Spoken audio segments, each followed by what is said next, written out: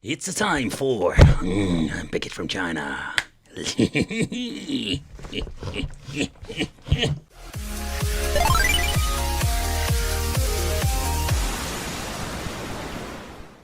Hey guys, welcome back to the channel. It's awesome that you're tuning in. So in this video, we are going to take a close look at the Vastking Z10, the KingPad Z10, they also call it like that. But in the end, what you're going to get is just a very cheap Chinese full IPS 10-inch tablet.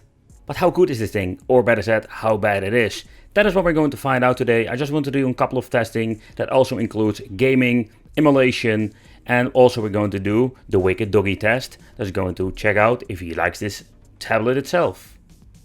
But for a cheap tablet, it comes with some interesting specifications. On the box it said it comes including Android 11. It's by the way the Go edition, quad-core CPU, and IPS panel. That is I'm very curious about. But first, pure satisfaction.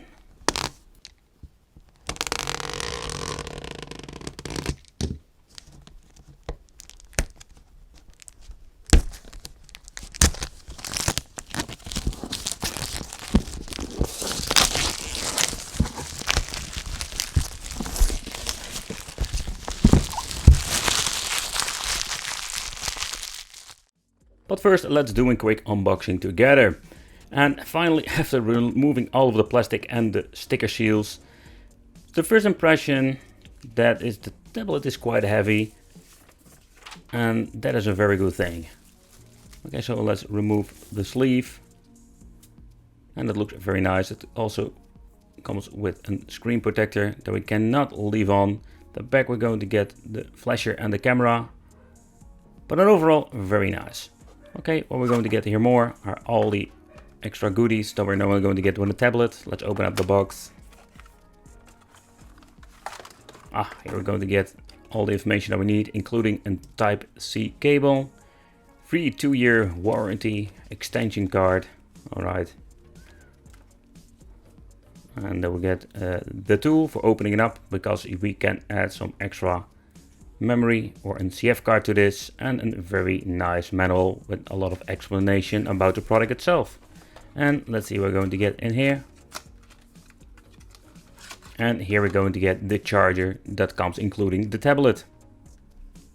Just a basic 5V of course. Okay guys, it's time for the wicked nerdy time where we're going to talk about specifications. To begin with, this device comes with a 10.1 IPS display. But I must say that it's only a resolution of 1280 by 800. The GPU is only a Mali T820 that runs on 600 MHz. Storage 32 GB, but we can expand it if you want to. Wi-Fi 2.4 GHz, and the front camera comes with a 2 megapixel and the back with an 8 megapixel. Okay, so let's talk about the build quality. So the device itself comes with a metal backplate that gives a lot of weight, and it feels not really smooth. So even if you're going to hold up this tablet in your hand, it will not slide away very easily. To get it all, it weighs in total 450 grams. So that is not a lot, but let's say it's heavy enough to feel it like a quality product. Okay, so let's talk about the cameras, because the camera, especially the back, is an 8 megapixel. And it sounds kind of fancy, 8 megapixel, but I can say when you're going to get the video quality straight from the camera, you can see that it is really horrible. So this is the quality that you're going to get with most of these cheap tablets. I have seen worse, but this is what you can expect from a cheap tablet in general. And of course, if you want to make a pretty picture, you can forget about it. Simply because of the low quality camera, the pictures are just as bad like the video quality. There are some options out there like HDR. You can turn off the flasher, there is a timer. There are not a lot of options here. But yeah, again, this is what you're going to get with a very cheap device. And with the sound, it's the same story. 2 speakers, stereo, and later on you will hear that it is not that really special. Over here we're going to get the on and off switch and volume control by pressing up and down. Here we're going to get the Type-C connection for data transfer and charging. And then of course we have the option to expand memory, what we talked before about. Slide it out, and here we can put in the extra storage capacity. And at the front we're going to get only a 2 megapixel camera. In my opinion, just leave it out because this is really bad quality. Okay, but let's take a close look at the system. What can it do? First thing that we need to boot up the system for the first time, set it up with the Google account, otherwise we don't have all the features. So let's peel off this screen protector because this was not a permanent one. The booting sequence took a very long time, I noticed that, but of course it's the first time. Android Go, what I do like about it, that it is just a clean piece of software, no mumbo jumbo, no other kind of software on it, and you're just ready to go. Okay, when you set everything up, your language, your Google account, so you need a Google account to get into the store, just want to point it out, then we're ready to go. But first, let's connect to the Wi-Fi. I've installed the programs and I just want to browse. It works okay. I did notice some hiccups, especially when it is doing something on the background. So when it comes to the speed, it's just again a budget tablet. I've seen it before with cheaper models, but let's try in game and let's see how it runs. So the first thing I needed to do is lower every setting, because on high or medium, but I set on low, this game was just freaking unplayable. Take consideration that this is just a really cheap budget tablet, and if it can play some games like Asphalt, it's just a freaking miracle, even on low settings. So if you want to play some other games like basic browsing games, that will not be an issue. So let's do a quick gameplay and I'll show you how it performs.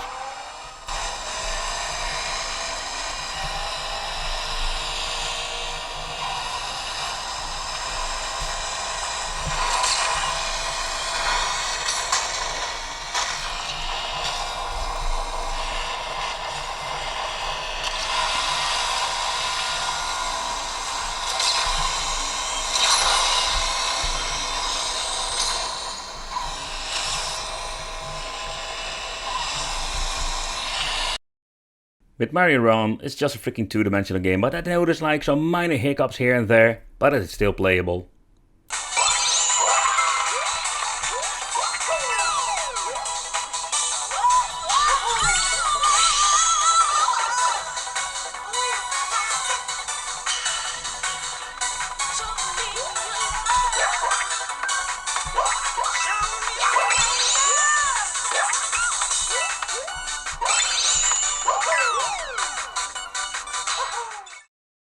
So when it comes to emulation, the 8-bit, 16-bit stuff era will run just fine on this, but I wanted to try out, to begin with PlayStation 1. I noticed that this game doesn't run that great.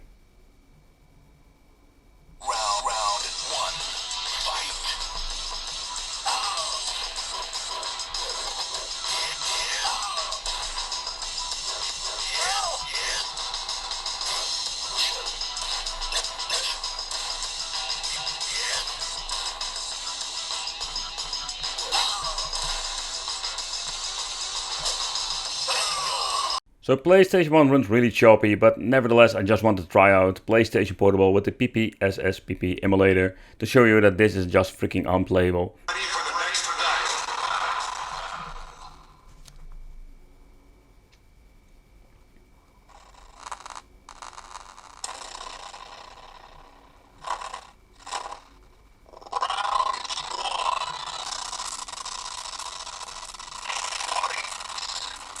So the display is just a very low resolution display, but nevertheless we can just still play some videos on it if you want to. So I think that is what this tablet has been intended for, is just to watch some videos on YouTube and browse the internet.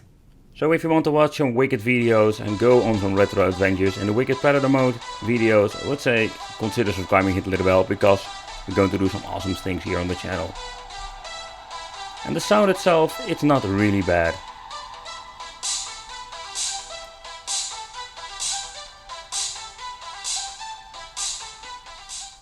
Hey guys, welcome back to the channel. It's awesome that you're tuning in. So in these Predator mode video episodes, we're going to do a lot of different things. And for the ultimate test, let's see if Doggy likes his favorite commercial. And let's combine it with a scratch test to see if the tablet survives. And yep, the dog loves to watch this Snicker commercial with the goat.